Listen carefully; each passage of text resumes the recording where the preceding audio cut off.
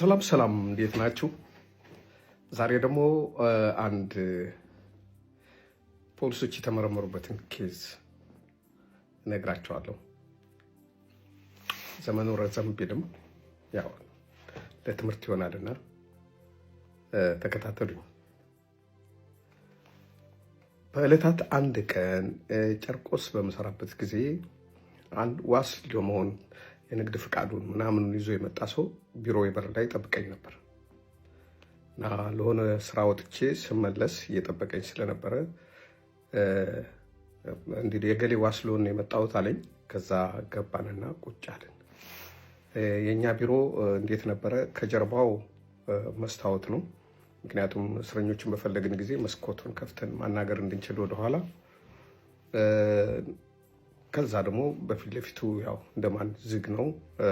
እንደዛ አይነት ቢሮ ነው ይሄ። ለካ እዛ ቆሞ ጠብቆኝ ስለነበረ ብዙ ፖሊሶችን አይቷል እና ስለታሰረው ሰው ዋስ እንደሚሆን ፎርም እየሞላሁለት ምናምን ጨርሶ ከፈረመው በኋላ አንድ ነገር ልጠይቅህ እችላለሁ ወንድሜ አለኝ። ምን ነበር አልኩት። እዚህ ካየኋቸው ፖሊሶች አንዱ ይሄ አለቃ ነገሩ መርካቶ አየዋለሁኝ።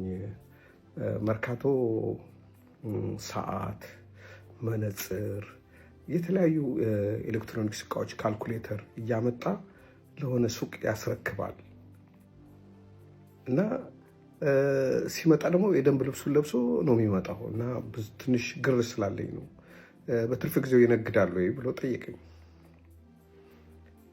ከዛ በጣም ተገረምኩና የትኛው ነው አልኩት። እንደዚህ እንደውም መመሪያ ሲሰጣቸው ነበር ሰብስቦ ሽጉጥ እንደዚህ ያደረገ፣ እንደዚህ ዘለግ ያለ፣ እንደዚህ ያለ ብሎ ይነግረኛል። እና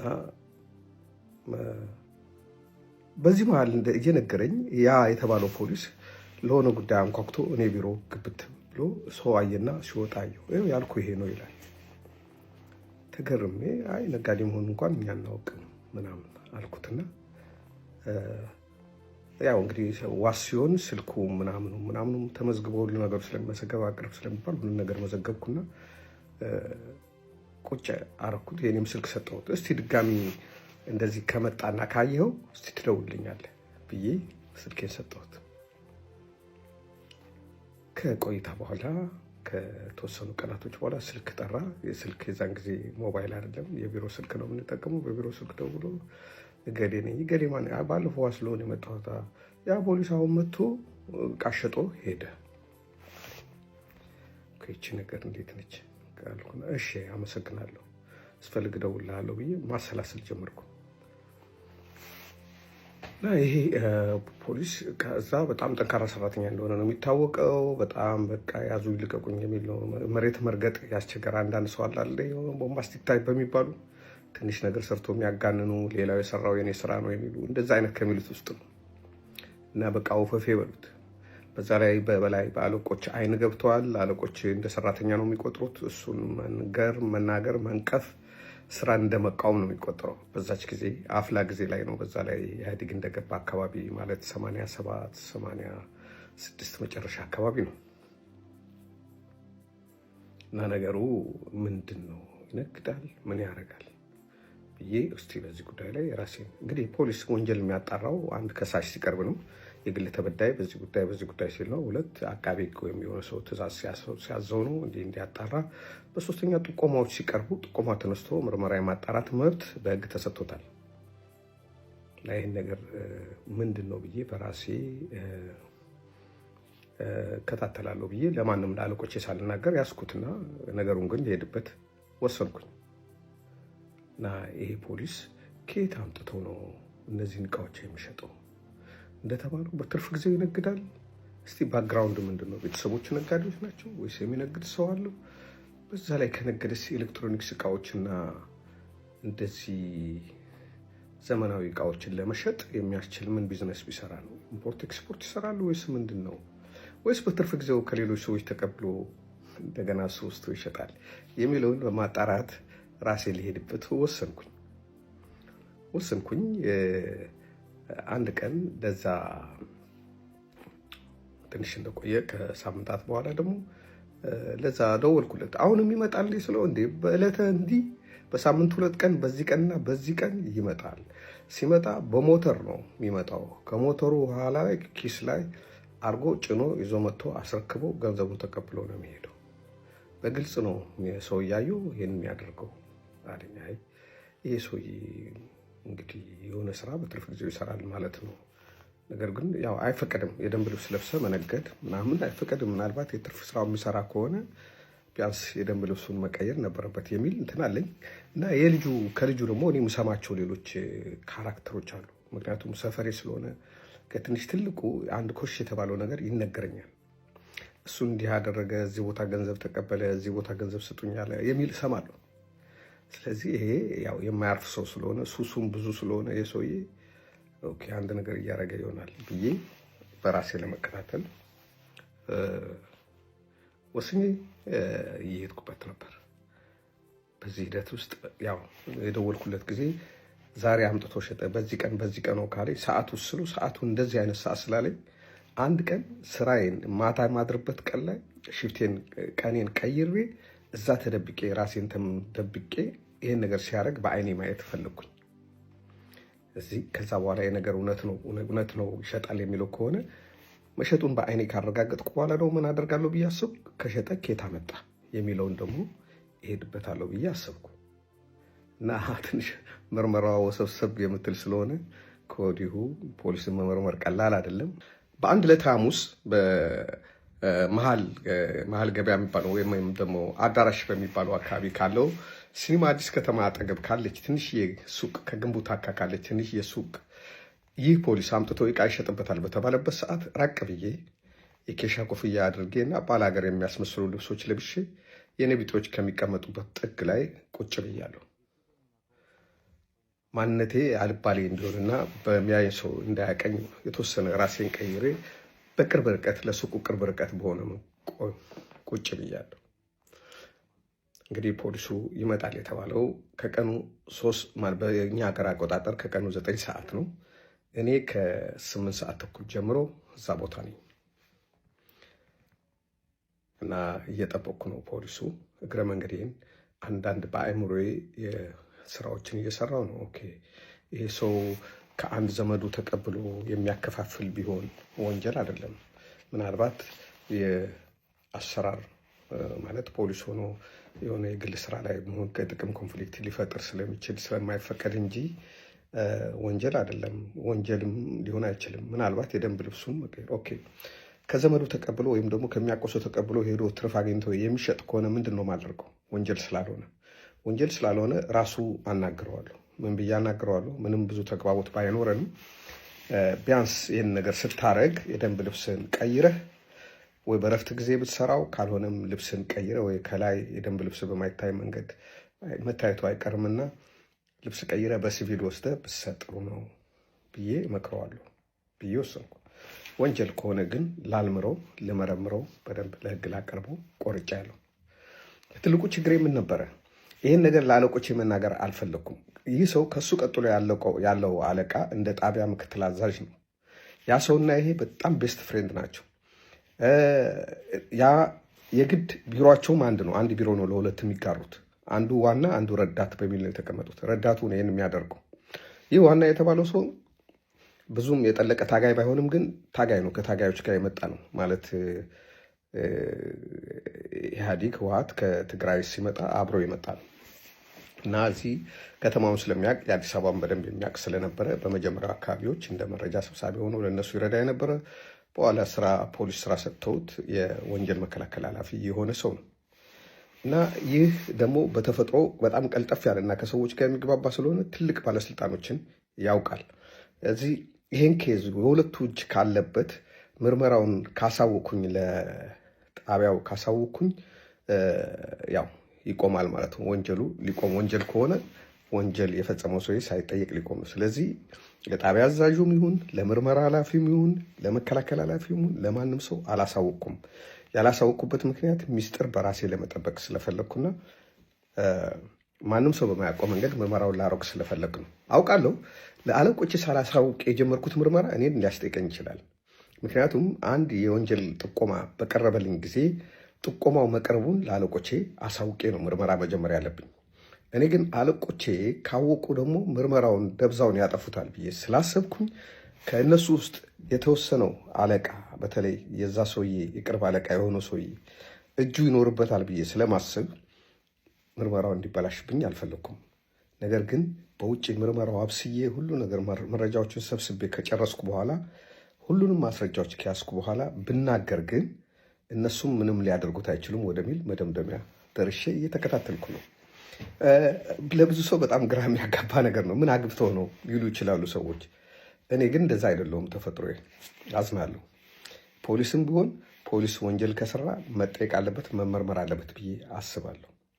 ስለዚህ ኬት ነው እየጠበቅኩ 9 ሰዓት ሆነ፣ አልመጣም። 9 ከሩብ 9 ተኩል እስከ 10 ሰዓት ጠበቅኩኝ፣ አልመጣም። በሆነ ምክንያት አርፍዶ ሊመጣ ይችላል 10 ተኩል ድረስ ልጠበቅ ብዬ 10 ተኩል ጠበቅኩ፣ አልመጣም። ተመልሼ ሄድኩ። ለዛ ሰው እንደመጣው ያም ሰውዬ አያውቅም፣ አልነገርኩትም ነበር። ከዛ እኔም ለማረጋገጥ ፈልጌ ወደ ሰፈሬ ከተመለስኩ በኋላ ደወልኩለት ለዛ ሰውዬ በሱቅ ስልክ። እንዴት ነው ዛሬ አልመጣም እንደሆነ እንጃ ምንም አልመጣም ማለት። ኦኬ ያልመጣበትን ምክንያት ለማወቅ ፈለግኩኝ። አድሬ የወጣሁበት ጣቢያ የሆነ ምሰራው ስራ አለኝ ብዬ ሲሄድ ስብሰባ ላይ ነበር። ስብሰባ ላይ ስለነበረ በዛ ቀን መሄድ አልቻለም ማለት ነው። ኦኬ ይሄ ነገር በዚህ ምክንያት ከሆነ የሚቀጥለው መሞከር አለብኝ ብዬ ይሄን ተበኩ። ግን በዚህ መሀል ኬት ይመጣል ብዬ እያሰብኩ እግረ መንገዴ ፖሊሶች እኔ ከግቢ ስወጣ ማአት የህገወጥ ነጋዴ ብሎ ከብሔራዊ ቲያትር አካባቢ ከሜክሲኮ ከምናምን ሰዎችን ከነቃቸው ምናምን ያስገቧቸውና እቃውን እዚያ ያራግፉና እነዛን አስጠንቅቆ ሁለተኛ ህገወጥ ንግድ እንዳሰሩ ምናምን ብሎ ያባሯቸዋል። እና ያ የመጣው እቃ ሁሉ የሚገባው የት ነው? የዛ የመከላከል ኃላፊውና የረዳቱ ቢሮ ውስጥ ነው የሚገባው። እዛ ቢሮ ውስጥ ስለሚገባ አሁን ምናልባት ከዚህ ውስጥ ሆነ እንዴ ወስቶ የሚሸጡት የሚለው ጥርጣሬ አድሮብኛል። ምክንያቱም ከሰዎቹ ያው ህገወጥ ንግድ ነገራችሁ ተብሎ ተወስዶ አልፎ ጊዜ ምን ይደረግ ነበር? በማስፈረም 2 ቀን 3 ቀን ቆይቶ እቃቸው ይመለስላቸው ነበር። የሆነ ጊዜ ደግሞ እንዳለ ይወርሷቸው ነበር። እና እንደዚህ የገባው እቃ ደግሞ በደንብ ተመዝግቦ ስለማይቀመጥ እሱን ኮንትሮል የሚያደርግ አካል ስለሌለ ሊባክን ይችላል። ማን ምን እንደወሰደ አይታወቅም። እዛ ቢሮ ነው የሚቀመጠው። ስለዚህ በዚህ መሀል የጥርጣሬ ሽው አለብኝ። ምክንያቱም ካልኩሌተር፣ መነጽር፣ ሰዓት እንደዚህ የኤሌክትሮኒክስ ነገሮች ነው በብዛት የሚያዙት እዚህ ብሔራዊ አካባቢ። እነዚህ የተያዙትን ነገሮች መልሶ ወስዶ ይሸጣል ማለት ነው የሚል ጥርጣሬ አደረብኝ። ከዛ ለማንኛውም ብሔራዊ አካባቢ እየሄድኩ ምናምን አንዳንዶቹ ፖሊስ መሆኔን ስለሚያውቁ በሲቪልም ሲሆን እቃቸውን ይዞ የሚሮጡ አሉ። ምክንያቱም ሌሎቹም ፖሊሶች ስለሚይዙ እኔ ግን የወንጀል ምርመራ ዲፓርትመንት ውስጥ የምሰራ ስለሆነ የኃላፊነት አልነበረኝም። ህገወጥም የማስነሳት ወይ ደግሞ እንትን ማለት የእኔ ስራ አይደለም ማለት ወንጀል መከላከል ምርመራ ኦኬ እንደዛ አይነት ነገሮች ማድረግ የወንጀል መከላከል አባሎችም ሲመደቡ ነው ይሄን ማድረግ ያለባቸው። አስነሱ ሲባሉ ነው እንጂ ሁል ጊዜ ባጋጠማቸው ጊዜ እያስነሱ አይደለም። ግን ሰዎች ፖሊስ ሲያዩ ይሮጣሉ። ምክንያቱም ምን አይነት ፖሊስ እንደሆነ ስለሚያውቁ እና እኔን ሲያዩም ይሮጡ ነበር። እና አንድ ትንሽ አካል እንትን የሚል ሰው ነበር እና እሱን ጠጋ ብዬ ቁጭ ብዬ አጠገቡ ማውራት ጀመርኩኝ። ከዚህ ጋር እቃ ምናምን ይወሰዳል፣ ከዛ በኋላ ይመለስላቸዋል። አይመለስም እኮ ከኔ እንኳን ይህን ያህል ብልት የአካል ጉዳተኛ ነው እንግዲህ ያ ሰው በዱላ የሚሄድ አንድ እግር የሌለው ሰው ነው። ከኔ እንኳን 3 4 ተወስዶብኝ ቀልጦ ቀረ። ተመላለስኩ አለና የዚህ ፖሊስ ስም ጠራና ሲሄድ ሁለተኛ እዚህ እንዳትደርስ ምናምን ብሎኝ ከዛ በኋላ ስንት ጊዜ ተወስዶ ከ4 ጊዜ በላይ መነጽር፣ ካልኩሌተር ምናምን ተወስዶብኛል። ኦኬ እስቲ እኔ ባለው ጊዜ ናና ስጠይቅ እሰማሃለሁ እኔም አብሬ አልኩትኝ። ግን እኔ እንደምሰማህ አይደለም፣ አንተ መተህ ስጠይቀው እኔ ባውቄ እዛ ሆናለሁ፣ አንተ ትጠይቀዋለህ አልኩት። ከዛ በኋላ መጥቶ ስሙን ጠራ። በሆነ ቀን መጣ፣ ስሙን ጠራ እና እንዲጠይቀው አደረኩ። የአንድ ቀን ያለቀ ነገር አይደለም። የምርመራ ሂደት ስለሆነ እየነገርኳቸው ያለሁት። ሲጠይቀው አንተ ሰውዬ እዚህ አትድረስ አላልኩም እንዴ? በቃ አይቻልም ተብለሃል፣ የተወረሰውም ለመንግስት ገቢ ሆኗል፣ ከዚህ ሁለተኛ እንዳትደርስ ሲሉ እኔም ሰማሁ። ያ ሰውዬ ሄደ ማለት ነው። ስለዚህ ይሄ ነገር የሚሸጠው ነገር ከነዚህ የተወሰደ ነው የሚል ጥርጣሬ አድሮብኛል። እርግጠኛ ባልሆንም አንድ ሐሙስ እቃው ይሸጥበታል የተባለው ቦታ ላይ ሄጄ አልተሳካልኝም፣ አልመጣም፣ አልሸጠም። ስለዚህ የሚቀጥለው ሐሙስ የግድ መጠበቅ አለብኝ ብዬ ሌላ ጊዜ ከ8 ሰዓት ተኩል ጀምረው ከ8 እስከ 10 እዛ ልቆይ በቃ ወስኜ ነው የሄድኩት። አለባበሴን ቀይራለሁ እንዳልኳችሁ፣ ምንም ገመት አይደለሁም። የሆነ ቢያየኝ እንኳን ሰው በማያቀኝ ደረጃ ራሴን ቀይሬ ከሱቁ ቅርብ በሆነ ቦታ ቁጭ ብያለሁ እና አንድ ልክ ሮብ ጉዳይ ለ9 ሲሆን ያ የተባለው ፖሊስ መጥቶ ከኋላው ባነገተው ቦርሳ እያወጣ ዲስኮ ሰዓቶችን ለሰውየው እየቆጠረ ሲሰጥና ካልኩሌት አድርገው ሂሳቡን ተቀብሎ ሲሄድ በርቀት አየሁት። ኦኬ አሁን ይሄ ነገር እዚህ መሸጡ እውነት ነው ማለት ነው። ስለዚህ እቃው ከየት መጣ የሚለው ግን ማጣራት አለብኝ ወደሚል ሄድኩኝ ማለት ነው። ከዛም ምናልባት አንድ የሁላችንም አለቃ የሆነ አዛዥ የነበረው ሰው በጣም ጨዋና ትክክለኛ ሰራተኛ ስለሆነ ልነግረው አመነታው። ምክንያቱም ብነግረው እሱ ያግዘኛል ብዬ ስላሰብኩኝ ልነግረው አመነታው። ግን ልነግረው ወደ ቢሮ ሲሄድ ስብሰባ ለመሄድ ቸኩሎ እየወጣ ነበር። ከስብሰባ በኋላ ደግሞ ሌላ ስብሰባ ሄዷል እና በመሀል የሆነ እነሱ አንዳንዴ አመራሮች ስብሰባ ለረጅም ጊዜ የሚገቡት ነገር አለ። የሆነ 15 ቀን የሚሆን የራሳቸው የመገማገም ወደ ታች ለአባል የሚወርድ ግምገማ ጊዜ ነው። እነሱ የሚገማገሙበት ጊዜ ስለነበረ ላገኘው አልቻልኩም። በስልክ ደግሞ ልነግረው አልፈለግኩም። ከዛ ይሄ ሂደት በቃ በራሴ ይዤ እያጠራው ሳለ ኦኬ አንድ ቀን አየሁ ብዬ በቂ አይደለም፣ ድጋሚ መሄድ አለብኝ ብዬ የሚቀጥለው ሐሙስ ጠበቅኩ። እንደገና በሚቀጥለው ሐሙስ ይኸው ፖሊስ ካልኩሌተሮች፣ መነጽሮች፣ ለጌጥ የሚሆኑ እጅ ላይ የሚጠልቁ እንደዚህ ምልክቶች፣ የባንዲራ ምልክት ያለባቸው እንደዚህ አይነት ነገሮችን አሁንም ወስዶ ሲያስረክብ አየሁት እና አሁን ጥርጣሬ ወዴት እያዘነበለ መጣ። ፖሊሱ ይህን ዕቃ የሚሸጠው ከሰዎች ከህገወጥ ነጋዴዎች የተወረሰውን ነው ወደሚል ወደ መደምደሚያ ለመድረስ የሚያስችሉ ፍንጮችን ማገጣጠም ጀመርኩኝ። ተመልሼ ያ አካለ ጎደሎ ወደ ሆነው ሰው ሄድኩና እስቲ እንዳንተ እስቲ ሌሎች እንዲህ እቃቸው ተወርሶባቸው የቀሩ ሰዎች ታገናኘኝ ትችላለህ ወይ ስለው፣ አዎ ነገሌ ብሎ ጠራቸው። እዛው እናንተ እቃ ተወስዶባቸው የለ? አዎ ኦኬ። እና ምን ባረግ ይሻለኛል ብዬ አልኩ። ኦኬ አንድ ሰው ማማከር አለብኝ ብዬ አሰብኩኝ፣ ከፖሊስ ውጭ የሆነ ሰው። ብዙ ጊዜ ከደህንነት ጋር መነጋገር ደስ አይለኝም። ምክንያቱም ከደህንነት ጋር አንዴ ፊት ካሳያቸውና ከነሱ ጋር አንድ ነገር ካወራ ሁል ጊዜ ይጣበቁብሃል እና ደህንነት መሆናቸውን እንኳን እንዳላወቅ ነው አክት አድርገህ ማለፍ ያለብህ እነሱ እና የወረዳው ደህንነት አለ። እሱን ላናግረው አልፈለግኩም። የወረዳው ግን የፖለቲካ ኃላፊ የሆነ አቶ ገብረ እግዚአብሔር የሚባል ሰው ነበረ። በኋላ የዞን 2 መስተዳድር ሊቀመንበር የሆነ እና ወደሱ ሰው ሄድኩና አማከርኩት። ፖሊስ እንደዚህ እያደረገ ነው፣ እያጣራው ነው ለአለቆቼ ልነግራቸው፣ ግን አላመንኳቸውም። አንደኛው አለቃ ይኖርበታል ብዬ ስለማስብ፣ ስለዚህ ምን ባረግ ይሻላል? አንዳንድ ሰዎችን ቃል መቀበል ፈልጌ ነበር። ፖሊስ ጣቢያ ከወሰድኳቸው ይታያሉ፣ ቢሮ የሚሰጠኝ ሰው ይኖር ይሆናል ወይ ሲሉ፣ ኦኬ አለ። አሰበና በጣም የተረጋጋ ሰው ነው። አሰበና ተክላይ የሚባል የጨርቆስ ልጅ እዛው የወረዳ መስተዳድር የነበረ ነበር። ተክላይ ወሉፍ ጓደኛችን ነው፣ ነፍሱን ይማረው የለ መሰለኝ አሁን። እና እሱን ጠራው። እሱን ደወለለትና ቢሮህን ስጠው፣ ስሜን ጠራና ለእሱ ስጠው፣ ትንሽ የሚሰራበት ስራ አለ፣ ሲፈልግ ይነግርሃል፣ ትሰጠዋለህ አለው። እሺ አለ። ከዛ ተክላይ ቢሮ ሰጥቶኝ፣ ተክላይ ቢሮ እነዛ ሰዎች ሁሉ እቃቸው ተወርሶ ተመላልሰው ስጡን ቢሉም የለም ተወርሷል እንደተባሉ የሚያሳይ ቃል ተቀበልኩኝ። 4-5 የሚሆኑ ሰዎች ተቀበልኩኝ። ይህን ደግሞ የሚያውቁ ተወርሷል መባላቸውና ለመንግስት ገቢ ሆነዋል መባላቸውን የሚያውቁ ሰዎችንም ምስክርነት ተቀበልኩኝ። አሁን ያደራጀው ነው መዝገብ እና ያ ዋስ ሊሆን የመጣው ሰውዬ ደወልኩለትና እባክህ ተባበረኝና ያን ነገር በደንብ ላጣራው ስለፈለኩኝ ያየኸውን ነገር ቃልን ስጥ።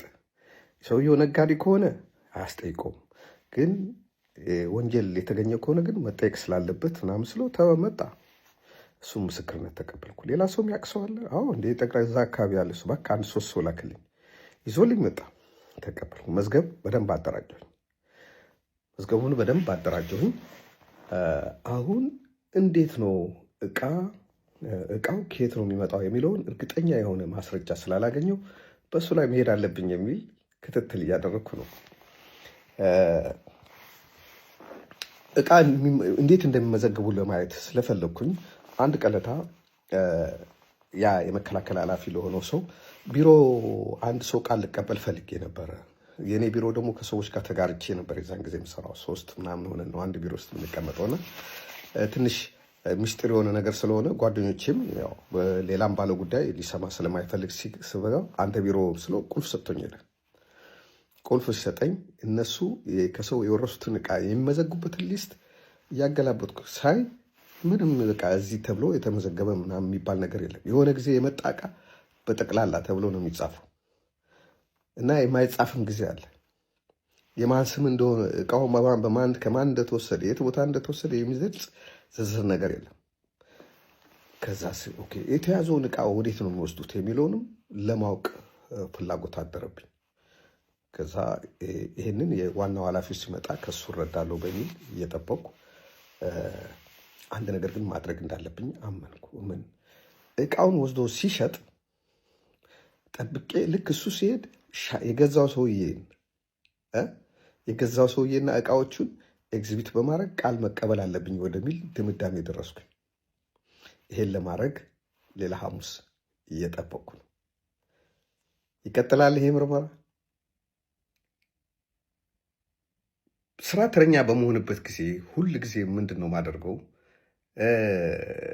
ቃል የሚሰጥ ሰው ከሌለና ወደ ቢሮዬ ካልገባሁኝ ከዚህ ከወንጀል መከላከል ቢሮ ሰው በር ከፍቶ ሲወጣና ሲገባ እቃ ይዞ መውጣት አለመውጣቱን ቼክ ለማድረግ በጣም ክትትል አደርጋለሁ። ቢያጋጥመኝ ብዬ አደርጋለሁ። ነገር ግን እኔ ተረኛ በሆንኩ ቀን ያው ከሁሉም በባህሪ ስለሚያውቁኝ ነው መሰለኝ፣ እኔ ተረኛ በሆንኩ ቀን እቃ ይዞ የወጣ ሰው አላጋጠመኝም። ስለዚህ ይሄን ነገር ሌላ የሚያግዘኝ ከፖሊሶች ውስጥ ደህና የማምነው ፖሊስ ማን ነው ብዬ መረጥኩና አንድ ሰው እሱ ደግሞ በርዘብ ላይ የሚሆን ነው። በርዘብ ስትሆን እስቲ ሰው እቃ ይዞ ከጣቢያ የሚወጣ ሰው ካለ ይልኝ ብዬ በጣም ለምቀርበው አንድ ፖሊስ ነገርኩኝ።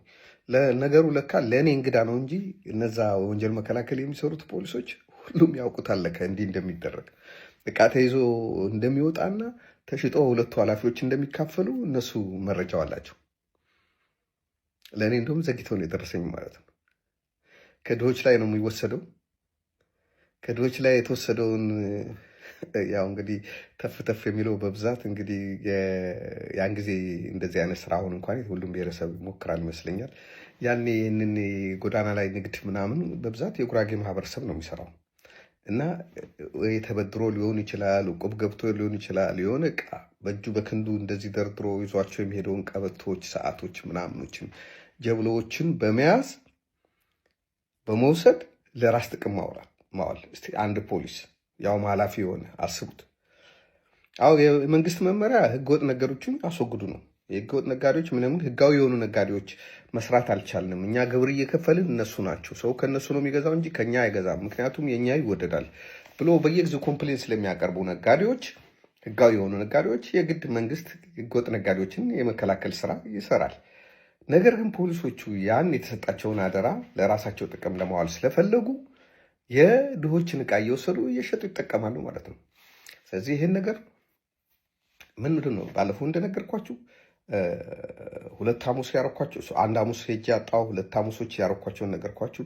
3ኛ ሐሙስ ግን የወሰንኩት ምንድን ነው አንድ ሌላ ፖሊስ ጨምሬ ሌላ ፖሊስ አንድ ታማኝ ነው የምለው በእኔ የማምንበትን ፖሊስ ጨመርኩና ምንም ሳልነግረው የሆነ ስራ እንሰራለን ብዬ ወስጄው ከቦታው ላይ ያኛው ሰው እቃውን ሰጥቶ ሲሄድ እሱም አየ ፖሊሱ። ሁለቱ ደግሞ አይንና ናጫ ስለሆኑ አይዋደዱም ሁለቱ ፖሊሶች። ይሄኛው ያውቃል ያ ሌባ እንደሆነ፣ ያኛው ደግሞ ይሄ ታማኝ እንደሆነ ታታሪ እንደሆነ ስለሚያውቅ የእሱን ቦታ የሚወስድበት ስለሚመስለው በጣም ያጠቃዋል በተገኘው አጋጣሚ። ስለዚህ እሱን ነው የተጠቀምኩት ፖሊስ። እሱን ይዤ ሄድኩኝ። እሱ እያየ እቃውን ሲሸጥ እሱም ራሱን ቀይሯል እንደኔ። እቃውን ሸጦ ገንዘቡን ተቀብሎ ሲሄድ አይተዋል በአይኑ፣ እኔም አይቻለሁ። ከእንደገና ምን አደረግኩኝ? ባለሱቁ ሰውዬ ያስኩና ከነቃው ወደ 4ኛ ፖሊስ ጣቢያ ይዤ ሄድኩኝ። 4ኛ ፖሊስ ጣቢያ የማውቃቸው ጓደኞች የነበሩ የኔ ኮርስ ሜቶች አንድ የሰው ቃል ልቀበል ብዬ ቢሮ ጠየቅኳቸው። ቢሮ ሰጡኝ። ያን ሰውዬ ስንት ጊዜ እንደሚመጣ ምን እንደሸጠለት ሁሌ በየሳምንቱ እያመጣ ከዱባይ ነው የሚመጣልኝ፣ ቤተሰብ ከዱባይ የሚያመጣው እቃ ነው እያለ ነው የሚሸጥልኝ። ስንት ጊዜ ይሆናል መሸጥ ከጀመረ? ኧረ 8 ወር 9 ወር ይሆነዋል። ምን ያህል ብር በቀን በመጣ በሳምንት አንድ ሁለቴ ይመጣል። በመጣ ጊዜ 150 ብር፣ 120 ብር፣ 130 ብር የሚሆን እቃ እሸጥለታለሁ። አንዳንዴ እቃውን ሰጠውና ገንዘብ ከሌለኝ በሚቀጥለው ሲመጣ የሁለቱንም ሰጠዋለሁ። በድምሩ ምን ያህል እንደሰጠው ታስታውሳል? ኧረ ብዙ ነው። 4,000 5,000 ያልፋል። ያን ጊዜ ብር ብዙ ነበር የሚል ቃል ሰጠ እና አሁን ዛሬ እነዚህ እቃዎች እሱ ነው ያመጣል። አዎ ታዲያ እኔ ገንዘቤስ? አይ ገንዘብህ እውነት ከሆነና ሰውየው ነግዶ የሚያገኝ ከሆነ ገንዘብህ ይመለስልሃል። ግን ሰውየው በወንጀል የሚያገኘው ከሆነ ደግሞ አንተንም ስለሚያስጠይቅ ተከራክረን ነው ነፃ የምትሆነው ወይ ምስክር ልናደርግህ እንችል ይሆናል ብለን ሙሉ ዝርዝር ቃሉን ተቀበል ነው። ለጊዜው የተቀበልነው የምስክርነት ቃል ተቀበልነውና እቃውን ከኛ ጋር ወስደን እዛ ወረዳ መስተዳድር ተክላይ ቢሮ አስቀመጥ ነው። 2 ፖሊሶች ሆነን ከዛ አሁን ወደ ዋናው ፖሊስ የሚሄድ በጣም መዝገቡ እየተደራጀ ነው። ኦኬ ወደ ዋናው ፖሊስ የሚመሩን ብዙ ማስረጃዎች እንግዲህ በአይናችን ያየነው አለ። ከእንደገና ሰዎች ያገኘናቸው ነገሮች አሉ። ግን እቃ ከግቢ ይዞ ሲወጣ ማየት መቻል አለብን የሚል በሱ ላይ በጣም ጠንክረን መስራት ጀመርን። የሆነ ጊዜ ያ ፖሊስ ሞተር ዝም ብሎ ከስቴዲየም ሞተር ከሚያከራዩ ሰዎች ይወስድና ይነዳል እና ከኋላ ኪስ ያለው ሞተር አላለ፣ ከኋላ ማስቀመጫ ያለው ሞተር ብዙ ጊዜ ያመጣል እና ሞተሩን ግቢ አግብቶ ሞተር ውስጥ እቃ ሲያስቀምጥ ምናምን አየው። ያኛው ፖሊስ አየው። ከዛ በኋላ ለእኔ ነገረኝ። እዚህ ሞተር ውስጥ እቃ አስቀምጠዋል አለ። ከዛ በኋላ ሞተር ውስጥ እቃ አስቀምጠዋል፣ ግን ይዞት አልወጣም። ሞተሩ ማታ ነው ይዞት መውጣው ማለት ነው።